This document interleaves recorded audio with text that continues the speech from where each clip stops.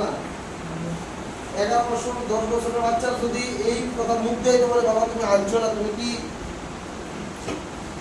আর আমি তো এই জিনিসটা ফিল করছি আজকে থেকে 10 বছর পরে যদি এই বাচ্চার মুখ দিয়ে সেটা যদি আওয়াজ যায় উল্টা পাল্টা, ইন্ডিয়া তুমি আমার এই দুনিয়া রাখছো, ইন্ডিয়া তুমি আমার বাবা হয়েছিল,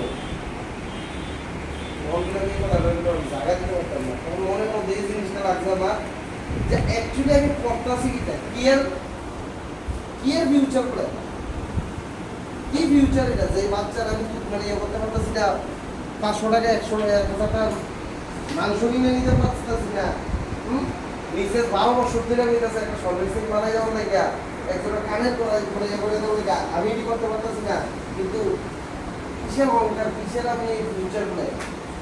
তখন বাড়ির থেকে বাইরে এসেছিলাম, মেলাগড় স্কুল মাঠে যাই, যাওয়ার পরে প্রায় ঘন্টা 1.5 ঘন্টা বইয়া থাকার পরে আমার মনের মধ্যে এই জিনিসটা আসছে যে ওয়ান টাইম ইনকাম আমার দরকার। ওয়ান টাইম ইনকামের মধ্যে যদি যাই, আমি নেটওয়ার্কেই থাকুন, নেটওয়ার্কে বাইরে যেতাম না, কিন্তু ওয়ান টাইম ইনকামের মধ্যে যদি যাই, তাহলে ওয়ান টাইম ইনকাম এখন কই আছে? হঠাৎ মনের মধ্যে আসছে যে একদিন তো স্যারে কইছিল আমারে যে